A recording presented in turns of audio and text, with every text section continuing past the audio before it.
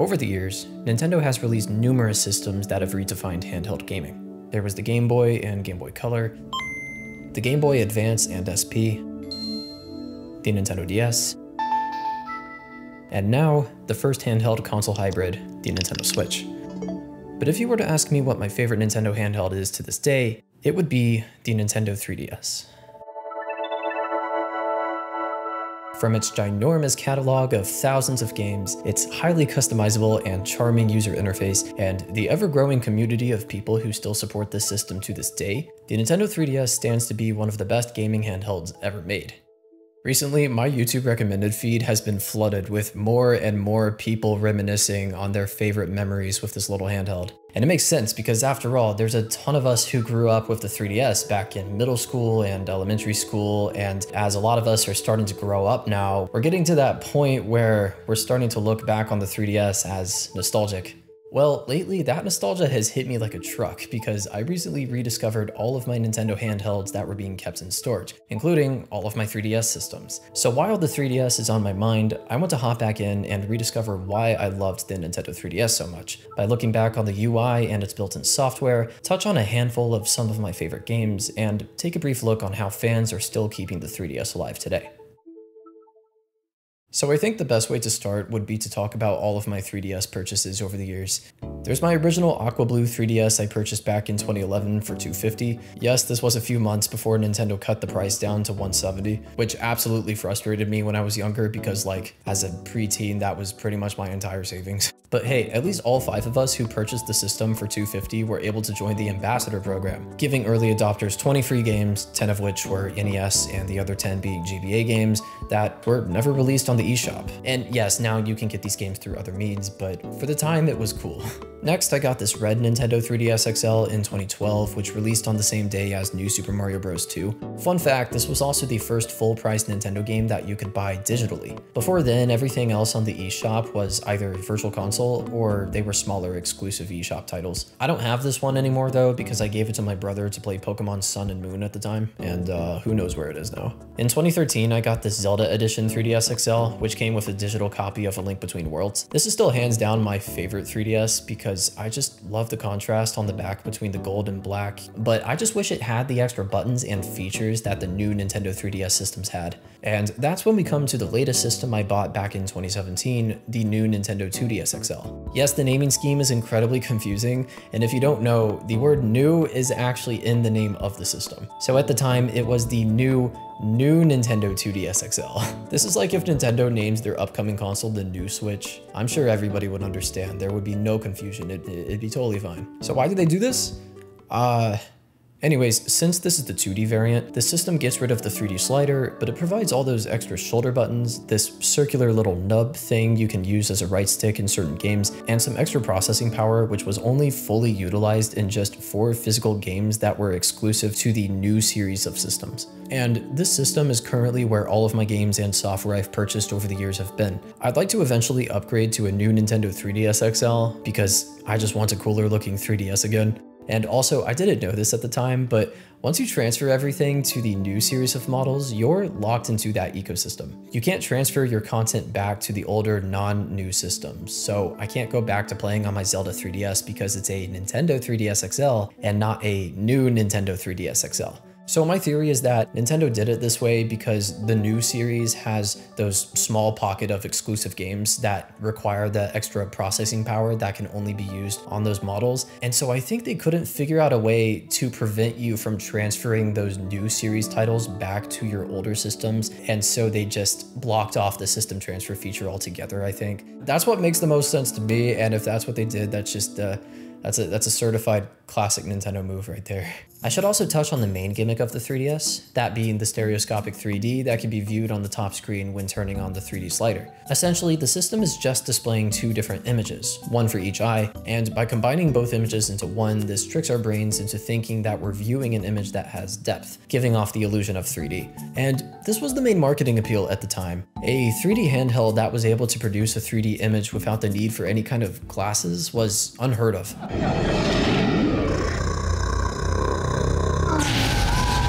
Okay, yes, fair. They tried it in the 90s, but yeah. I'm surprised how little people actually talk about the 3D capabilities of the 3DS, because when done correctly, I think the effect looks really good. And I'm probably in the small minority for people who actually played with the 3D slider all the way up maxed out for any game I played. In hindsight, this is probably why without contacts my vision is like 22,000, but it was worth it. I commonly hear that many people gave the 3D a shot and then permanently kept it off because the 3D was giving people eye strain, and you do have to stand in the perfect line of sight for the effect to work correctly. Like, you can't move your head at all. But I don't know, man. I guess I'm a statue because I never had much of a problem staying within the 3D range. I've also heard that the latest 3DS model, the new Nintendo 3DS XL, improves the viewable range of the 3D by having the front camera actually track your head. That way you can finally move around a little bit and not worry about losing the effect, which is nice. So as you can see, there's a wide variety of 3DS models to choose from, but ultimately the games and software remain the same across all models. So let's take a look at the software itself, starting with the home screen. So when you think of a home screen, you think of a place where you can quickly and easily access your content, right? The Nintendo Switch is a prime example of providing this. It's just a simple horizontal menu with no frills. Scroll to the game you want and press A to start. Nothing more, nothing less. And you can have the same experience on the 3DS. You can set it up just like this, but man, you'd be missing out on so much more. In my opinion, the 3DS has the most charming and most personalized home menu that Nintendo has ever developed. Don't get me wrong, the Wii comes at a close second. Like, don't even get me started on the Wii OST, okay? Pretty much all of those songs could be on like the Spotify Wrapped Top 10. But just to give you an example, let me show you the amount of customization you have on a 3DS. You can freely move around any game or app in the home menu, create folders for your games and apps, change the scale of the UI and adjust how many games and apps you want to have displayed at any one time, choose from a wide variety of different free and paid themes that were available for download on a standalone theme shop, which came complete with their own unique backgrounds, icons, folders, and sound effects.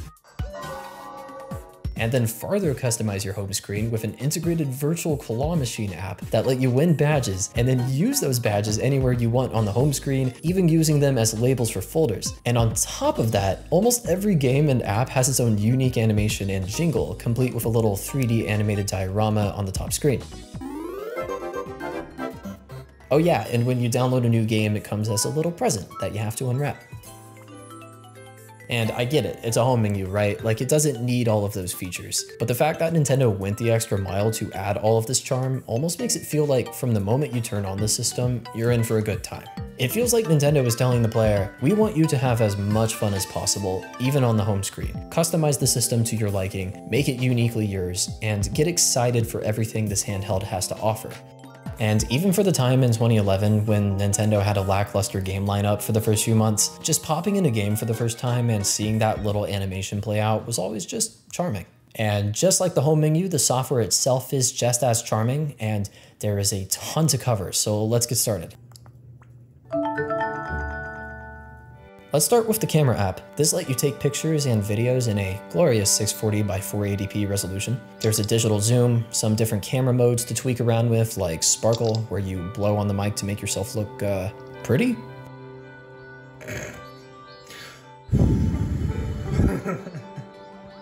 What? There's this cursed one called merge that let you combine the faces of two people and make abominations. Oh God! And beyond that, there's some other standard filters and even some manual controls. You can also shoot videos too, although they can only be 10 minutes long. Hey guys, welcome back to the channel. As you can see, times have been tough, so we gotta cut the budget and we're going back to the 3DS. Smash that subscribe button. There's also 3 special shooting modes to choose from when taking a video: interval, stop motion, and montage, just because why not? I love how it falls over before the ball even reaches it. Both photos and videos can be shot in stereoscopic 3D as well, thanks to the dual cameras on the outside of the 3DS. Obviously, I can't demonstrate that here, so just like pretend that this object is popping out of the screen. Whoa. Once you're done shooting, all your photos are kept in this digital photo book, and you can even start a little slideshow to reminisce on those special times. Oh no! Oh man, good memories, good times, wow. The The Sound app is another fun little piece of software. Here you can take up to 10-second recordings using the 3DS microphone, and then take those recordings to change the pitch and speed, or just turn your voice into trumpets. I will now turn my voice into a trumpet. Want to use your 3DS as an MP3 player? Well, today's your lucky day. Just load up a microSD card with some songs and you're good to go. There's some cool visualizers you can cycle through while listening to music, and there's some that you can even interact with, like this little Game & Watch soccer game or this cool 3D aircraft one. There's also some extra instruments you can sample into your tracks with the shoulder buttons, which also affects some of the visualizers too.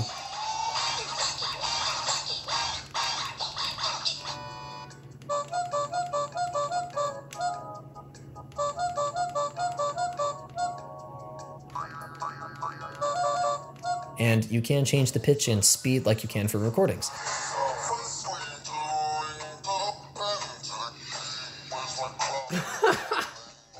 Wait, why does that sound better than the actual song? And there's some extra filters that you can tinker with here as well.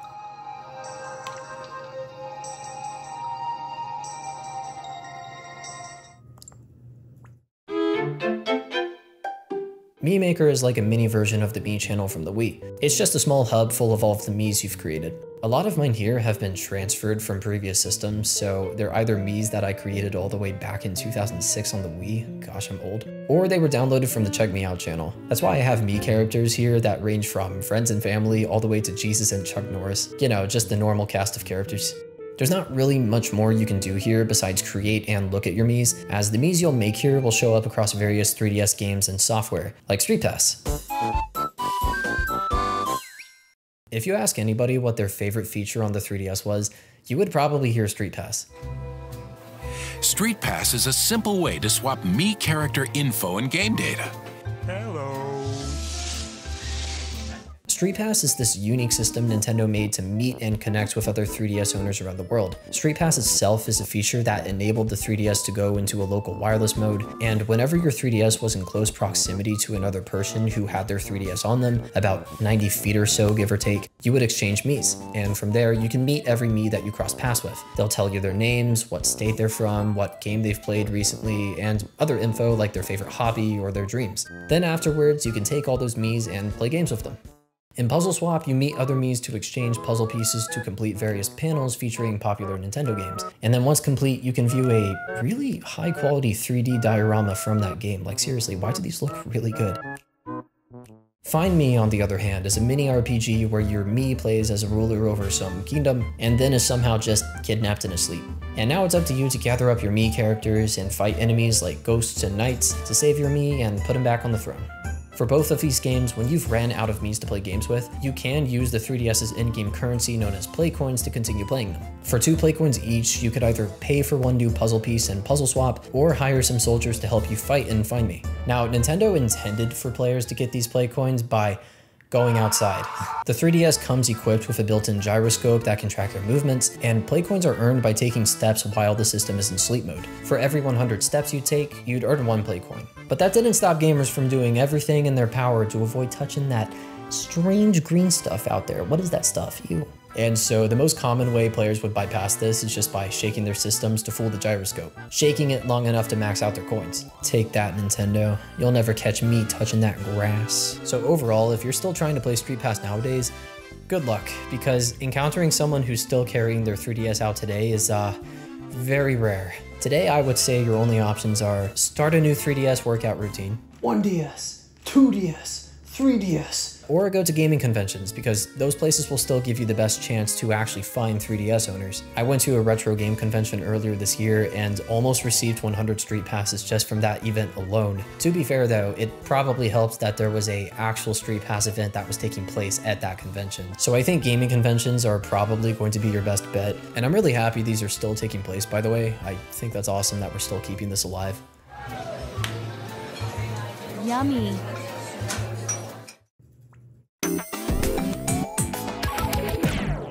AR games are a short series of games that showcase the augmented reality capabilities of the 3DS. Every 3DS came with a little pack of 6 cards that could be used with the software. In my case, I couldn't find the cards, so I just kind of cheesed it by finding a picture of the card on my iPad. You'd place the question mark card down on a flat surface that the 3DS would scan using its dual cameras, and then you could play a variety of minigames. Take archery for example, which sets up some targets around your desk, and you have to physically move the 3DS around to aim and press the A button to shoot. I really like this one because the game distorts the geometry around you, sometimes making actual nooks and crannies that you have to peer your 3DS into. This absolutely blew my mind back in the day, and I wish there were more games that would take advantage of distorting the geometry like this. I always thought that was sick. There's others here like fishing,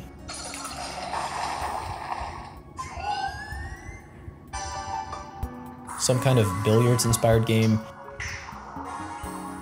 and some other smaller knick-knack items that you can buy with play coins like this globe. Oh, that's right, you can shoot the earth. Wait, what happens if I keep on shooting it?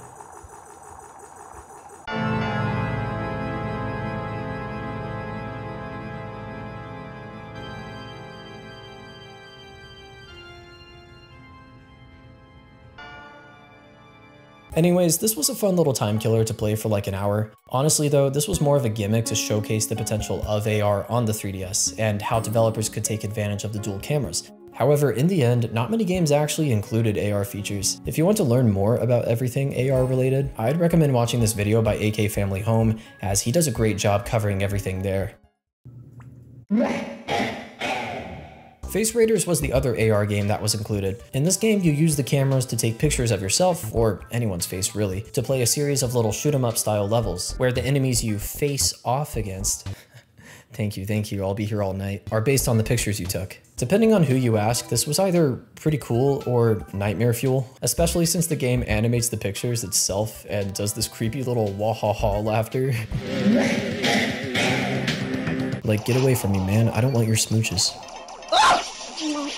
Okay, I'm gonna do a quick fire round for the rest of this software because it's just too much. Activity Log is an app that, well, logs your activities. Who would have thought? This is where you can view how many hours you've sunk into your games. For some reason, my play data never carried over from my older 3DS, so I know how amateur these hours look. Trust me, there would be some more borderline please go outside types of hours if this was more accurate. Oh gosh. We can't ignore those. You don't see anything. We'll talk more about these apps later.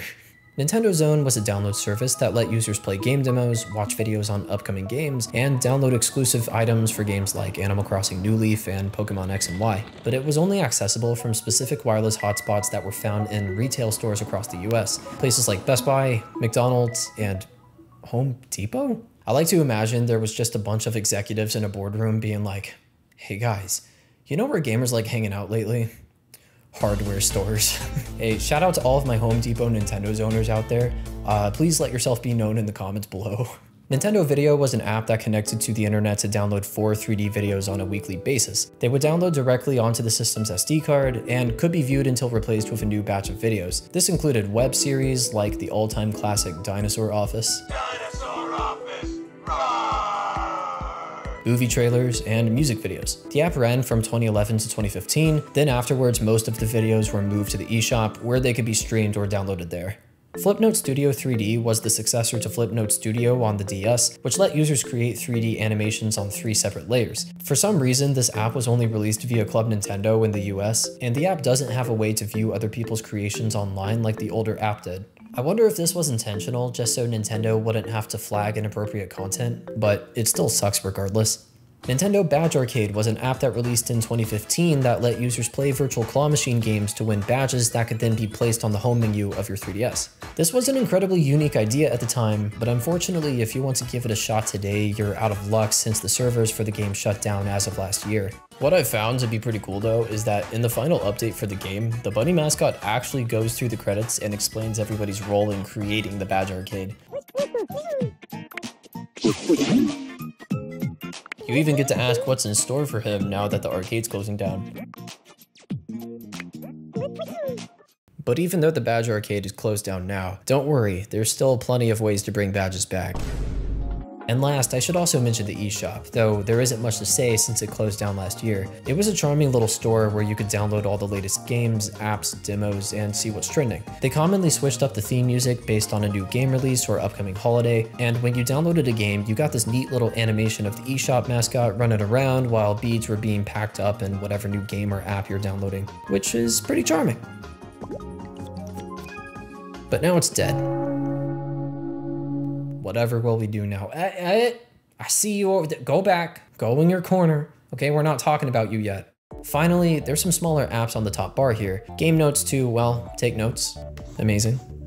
Your friends list, notifications, the built-in internet browser, and Miiverse, which was Nintendo's social media network at the time, which sadly is also now closed. Though maybe that's okay because I made some pretty cursed drawings. With all that out of the way, we can finally talk about the actual games. I'm only going to talk about a small handful of them here because there's so many incredible games for this platform and I'd probably be dead by the time I discussed all of them. So take this as a retrospective of my top 3DS games and why they stood out to me.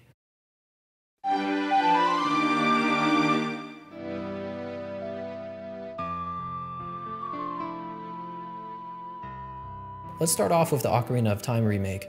For many, this was the first release that made many 3DS skeptics start to pay attention to the handheld, as the 3DS library for the first few months was like, I hope you like dogs and planes.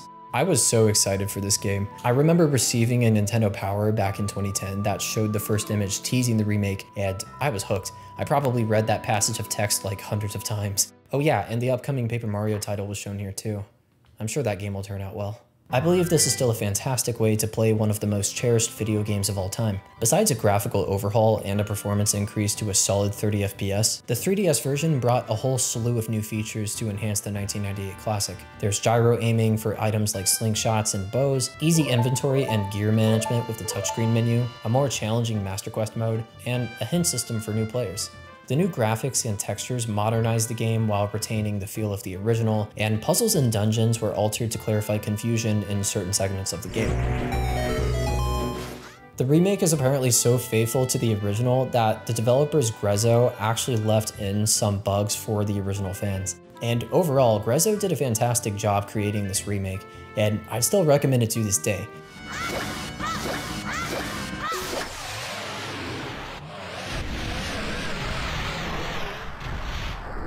But I should mention another option. If you're not aware, there's an amazing PC port for Ocarina of Time called the Ship of Harkinian that enables you to now play the game at a smooth 4K 60 FPS, and it's incredible. It includes tons of features like uploading custom models and texture packs, extra item slots, and gyro aiming, using any controller with built-in gyro controls. So if you have the means, I would check out the PC version if you're interested, but don't get me wrong, the 3DS version is still fantastic, and either one is going to be great.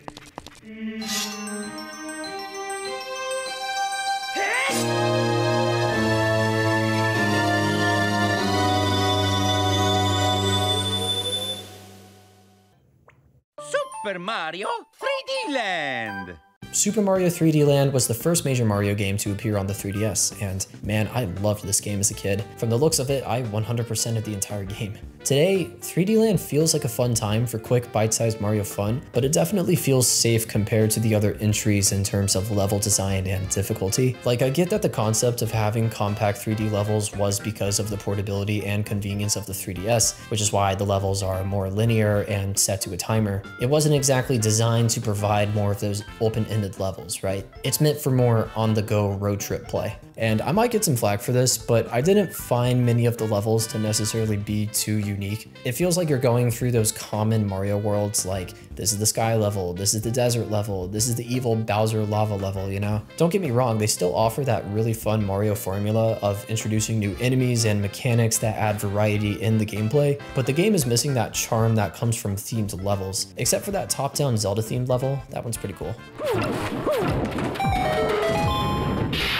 Overall, I'd still recommend playing this one if you're a Mario fan and you just haven't played it, because it's still a really good time. It's a very high quality game. I just think if you know ahead of time that it was designed for portability in mind, that makes the experience a lot more enjoyable.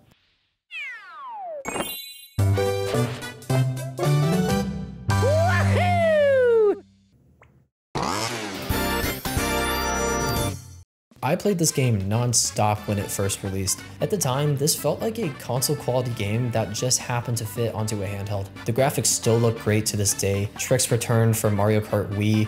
It has a legitimate battle mode, and it featured online multiplayer. The main gimmick of Mario Kart 7 was that, for the most part, it played and looked similarly to Mario Kart Wii, but now it included tracks that let you traverse the sea and the sky, with the introduction of the propeller and glider attachments. I thought it was a fun addition, and it definitely added more variety to the kinds of tracks that you would race on, especially with the glider, as those segments provide more opportunities to take alternate paths or take new shortcuts in certain tracks. There's also tons of iconic courses that appear in this game, like Daisy Cruiser, Koopa Beach, and good old Coconut Mall. You just got Coconut Mall. Share this with all your friends to totally Coconut Mall them. But the modern courses are pretty fun too, with 2 tracks taking place on Woohoo Island, a Donkey Kong themed level, and in my opinion, one of the best rainbow roads in the series. I still prefer Wii's a little bit more, but this comes at a close second. I still find myself coming back to this game today, especially since modders have gone absolutely above and beyond to continue adding content to this game through CTGP. If you don't know, CTGP is a modded version of Mario Kart 7 that includes a ton of new custom tracks, way more characters and karts to choose from,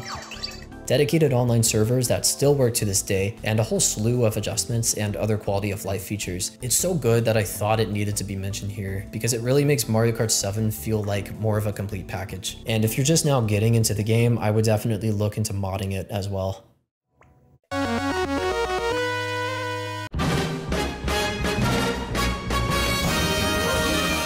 Kid Icarus Uprising was a surprise hit for me, and pretty unexpected to be honest. After all, this was the revival of a game series that previously looked like this.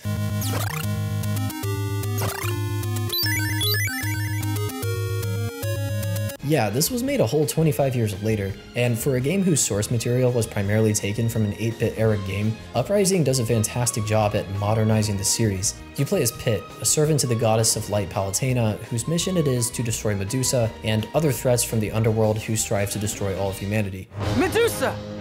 Hello there, Pit. The gameplay itself is still really fun and holds up to this day. It's mission-based and alternates between an on-rail shooter and a third-person action game. The game adds way more depth and personality than we ever saw in these characters before, too, thanks to the fully voice-acted cast of characters. Wait, is this? It is! A hot spring! Apparently someone likes his spa time. Now that's what I'm talking about. You go in fully dressed?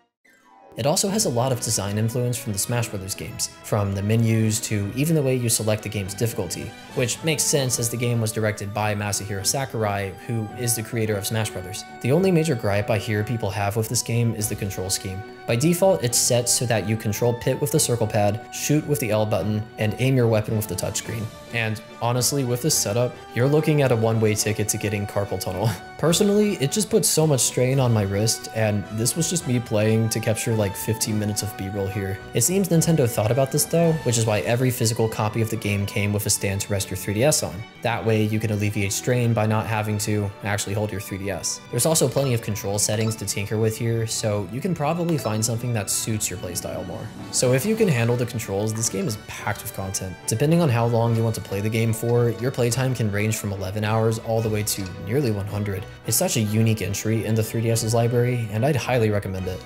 When freaky aliens give you lemons, make freaky alien lemonade. Like this! Well, that's one way to do it.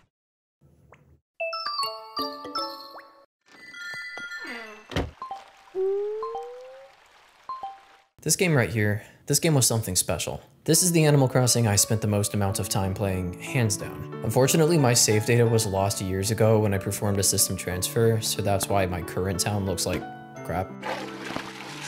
But believe me, I adored this game. As someone who grew up playing City Folk on the Wii, New Leaf was that immense upgrade I was looking for. It included a ton of new features at the time, like more customization options to change your appearance, the ability to furnish your walls and change the exterior of your house, and for the first time, you could swim. Yes, only us Animal Crossing fans can get hyped over a person jumping into a pool of water.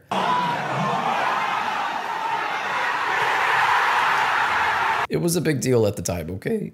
And since you start the game as the newly appointed mayor of the village, you have the ability to start and fund public works projects like bridges and benches, and add new buildings like a campsite or Brewster's Cafe. This game also introduced ordinances, which can be put in place to enforce laws like changing the time that stores open and close, encourage a more beautiful town, meaning villagers will plant and water more flowers, plants will never die, and cockroaches will never show up in your house. There's even one called Bell Boom, which is the perfect ordinance for greedy capitalist players. Me. This one raises the buy and sell price for most items in the shop by 1.2 times the original price, making this the perfect way to take advantage of that island where you can farm those beetles that go for like 6 to 8k bells each. Seriously, I used to rake in so many bells on that island, Tom Nook would be jealous. I also love that dedicated city strip they added that was separate from your village. It was always exciting every day to go over there and make the rounds checking out every store, and it was real convenient having them all in one place. I never liked how in the other games you had to kind of go all over your village to find the store you were looking for, and I like this more centralized location. And this might be a strange point, but I always felt like New Leaf just gave you enough control of your village while not straight up handing you the keys to play God.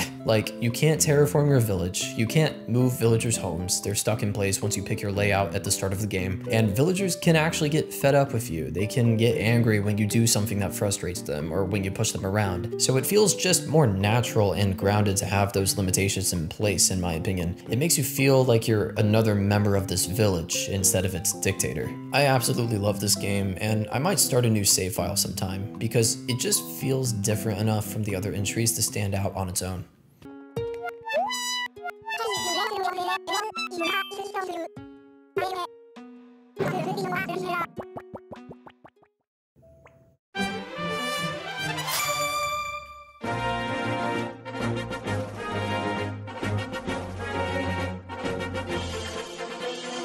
A Link Between Worlds is still my favorite top-down 2D Zelda game, even 11 years later. As a spiritual successor to A Link to the Past, it excels at paying respects to the Super Nintendo classic through its combat, story, and its use of the same landscape from the original, but it enhances the Zelda formula by including features that make the game even more accessible and more open than it ever was before. For the first time in the Zelda series, you could explore and conquer all of the dungeons in any order you wanted, since one of the main characters, Ravio, will set up camp at Link's house, and he'll let you rent any item in the game. That way, if you wanted to take on the Tower of Hera first, you could just rent the hammer and you're good to go. And there's no obligation to complete the entire dungeon on your first go. If you find yourself stuck in one particular dungeon, no worries, just leave, rent a new item, and try another dungeon. This was a really smart system that gave players a ton of freedom and choice regarding the order you could tackle the game in, and it definitely alleviates the stress knowing that you'll never truly find yourself at a dead end, as you can always progress elsewhere. Dang, this sounds like I'm giving away life advice now. Link Between Worlds is also just a beautiful game to look at. Nintendo did a great job at retaining the look of Link to the Past while modernizing the world and its characters into full 3D models. The game runs at a smooth 60 FPS, comes with a beautiful sounding orchestral score, and some new nifty game mechanics, like the ability to merge into walls, which is not only used as a means for traversal and puzzle solving, but it's just a really cool gameplay idea, you know? A Link Between Worlds is absolutely worth playing if you haven't, and if you have, play it again, because it's that good.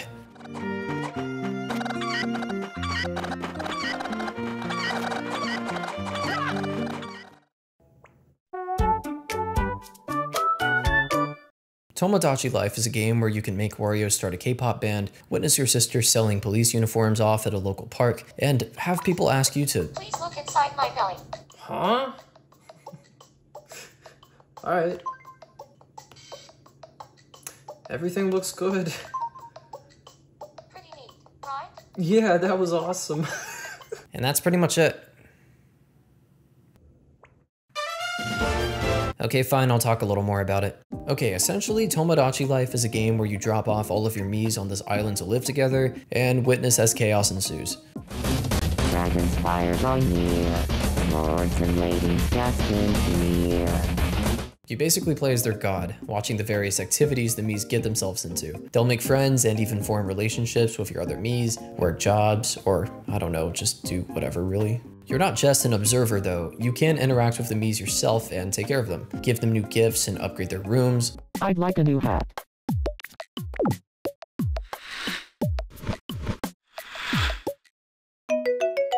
Hypnotize them and peer into their dreams. Or force them to sing in an opera.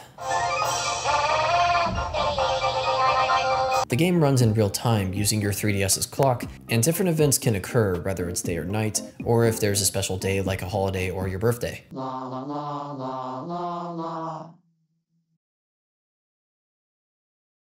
La la la la la la. Something I learned when researching is that the song Happy Birthday was thought to have been copyrighted when this game released, which is why all of the lyrics have been replaced to just laws. However, there was a court case that went down in 2016 that proved that the song had been in the public domain the whole time. Time Warner thought they owned it, and then the court discovered that they never actually did own the copyright in the first place. So basically, Nintendo just did this to avoid getting sued over Happy Birthday. Bet you weren't expecting a court case summary. You never know what you're going to get on this channel. Anyways, this game is pretty much mandatory to play if you own a 3DS. It's just a fun game to unwind your brain with and see what dumb stuff your Miis are getting up to.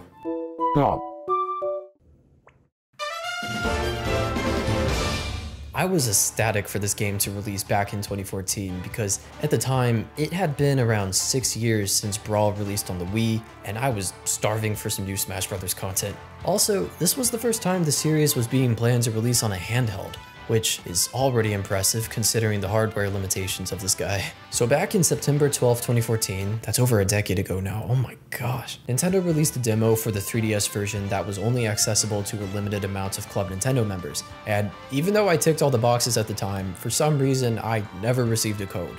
Reggie, I blame you. How could you? It's all your fault. It's okay though, because an official public demo was going to be released on the eShop on September 19th, so all I had to do was wait 1 week. It's just 1 week. It's just a mere 7 days. Just a small 100. Yeah, I didn't wait that long. That night, I remember scouring the internet, looking for anybody who was willing to post their download code online. And this was because Club Nintendo members not only received a code for themselves, but 3 others that they could give out to their friends, or me. And after hours of frantically scrolling, I found a code on some Smash Brothers community on Google Plus of all pages. Yes, I used Google Plus back in the day. I'm so cool, I know. But when I got my hands on that code, I remember playing the hell out of this demo, even though it only let you play with like 5 characters on one stage for a total of 2 minutes. And when the game actually released the following month, I was shocked by the amount of content Sakurai was able to pack on a tiny cartridge. We got 58 characters, including some surprising new ones like Cloud, Bayonetta, Mega Man, and Mewtwo.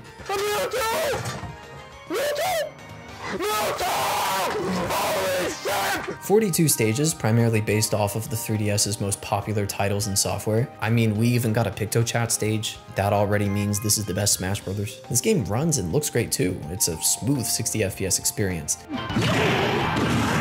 There's tons of game modes like Classic Mode, Home Run Contest, and my favorite, Smash Run, where you explore and fight enemies on a giant map, and you have a limited amount of time to collect as many upgrades as you can that boost the stats of your character. Then once the timer runs out, you'll be taken to an arena to fight the other players in a Smash battle with your upgraded character and see who comes out on top. I found myself replaying this one time and time again. It's super addicting. This was also the last time we had trophies in a Smash game, and I love the descriptions for some of these because they're either just really informative or just funny. Even though we have Smash Ultimate now, this game is still worth coming back to because of its exclusive content. Oh right, and there's also a built-in music player with hundreds of songs. Finally, I can listen to Flat Zone 2 while getting my sets in.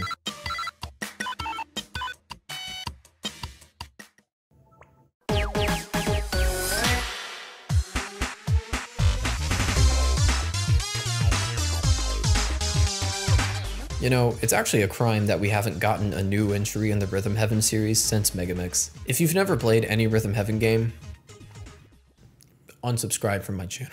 Rhythm Heaven is a series of games that started back on the Game Boy Advance in 2006, and it's a collection of many rhythm-based levels where you play as someone or something and participate in a variety of different scenarios. For example, in Glee Club, you're part of a group called the Chorus Kids, and your role is to sing with the trio to the beat of the song. But the catch is, if you don't hold down the A button, your little guy just keeps on singing forever. And so you have to hold down the button to keep your mouth closed, only releasing A when it's your turn to sing.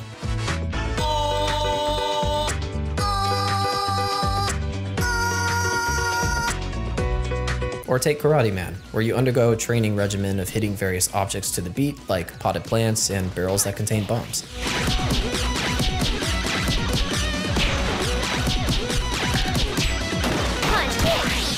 Once the game is over, you get scored on your performance, which can range from, "Oh my gosh, you're incredible, you're an absolute rhythm god," to, "Yeah dude, that was pretty crap, you wanna try again?" Megamix features over 100 of these rhythm-based levels, 70 from previous games, and 30 brand new ones, including remixes that combine these games all into one song.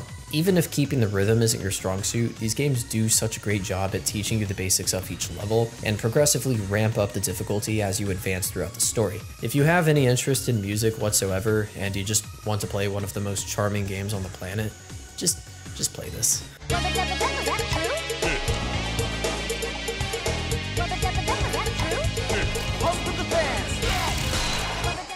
These games are what I would say are my most played and most enjoyed on my 3DS, but there's so many good games on the 3DS that talking about them all would delay this video to 2040. So here is a list of some honorable mentions.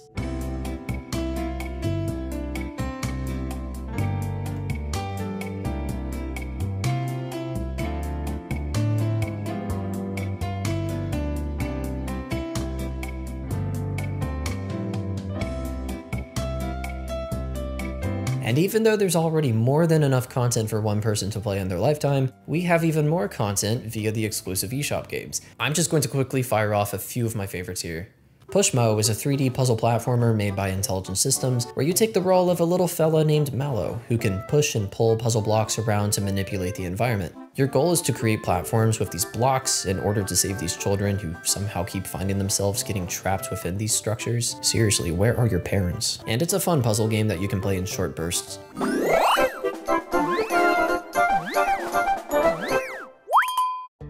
Gunman Clive is a neat little Western action platformer that has you going through a handful of levels jumping and shooting bandits and robots as you try to save the mayor's daughter. This game and its sequel have some really fun levels with lots of gameplay variety, and it's all displayed in this nice sketchbook art style.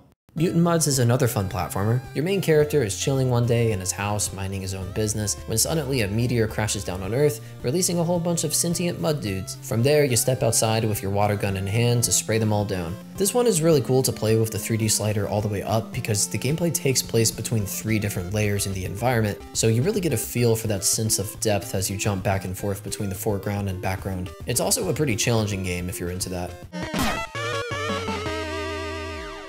Lastly, Harmo Knight is a rhythm platforming adventure game developed by Game Freak. You journey through a series of worlds containing a variety of different auto-scrolling levels and boss fights where you jump and hit enemies to the beat.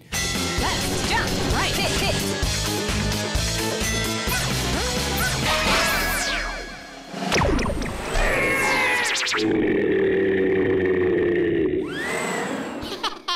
It's a fun little adventure that only takes a couple of hours to beat, and you even get some bonus Pokemon themed levels in here too.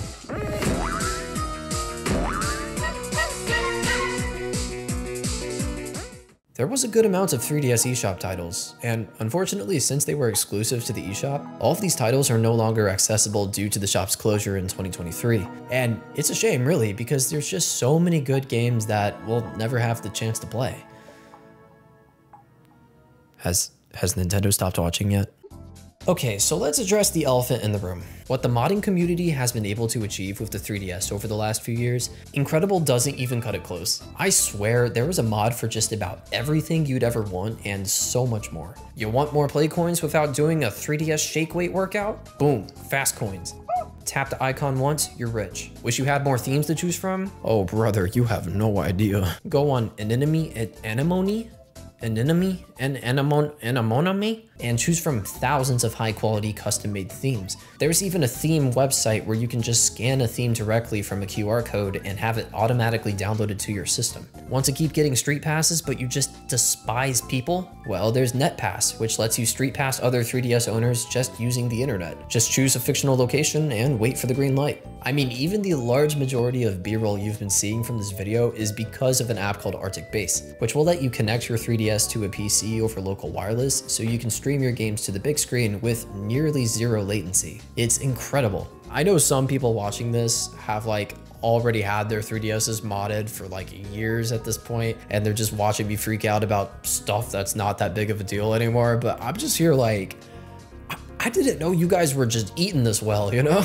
And Yes, I know the real reason why everybody has modded their 3DS, let's be honest here. If you've watched this far into the video, you probably know what this app does, and if you don't, do a little Google search. All I'll say is, damn dude, it is no wonder that hundreds of 3DSs are being sold on eBay every day right now. And that's all I'm gonna say, because I would very much like for this video to stay up. Honestly, I could keep on going because there's so many cool apps and mods to play around with, and I'm definitely going to make a future video just about 3DS modding. But just know that if you're getting a 3DS today, modding your 3DS should practically be a requirement at this point. It just unlocks so much more functionality than we've ever had before. The Nintendo 3DS really is a special handheld all these years later, and a major part of my childhood. Recently, we've seen how much success Nintendo has had with the Nintendo Switch, and while that console has had a great catalog of games to play from, there's something unique about the 3DS. It dates back to a time when Nintendo systems felt like they had more personality. It's a device that's just radiating charm through its UI, software, and its expansive and never-ending library of exceptional titles that are still a delight to play to this day. Except this one. Get this one the hell away from me right now. From adventure games, to platformers, to RPGs, there's really something for everyone here. And I think if you missed out on the 3DS back in its heyday, there has never been a better time to purchase one of these handhelds. And there's plenty of them out there too, whether you look online or at your local game store, you'll find one. Just make sure to buy some kind of micro SD card and an adapter so you can, how should I put it, unleash the true potential of your system.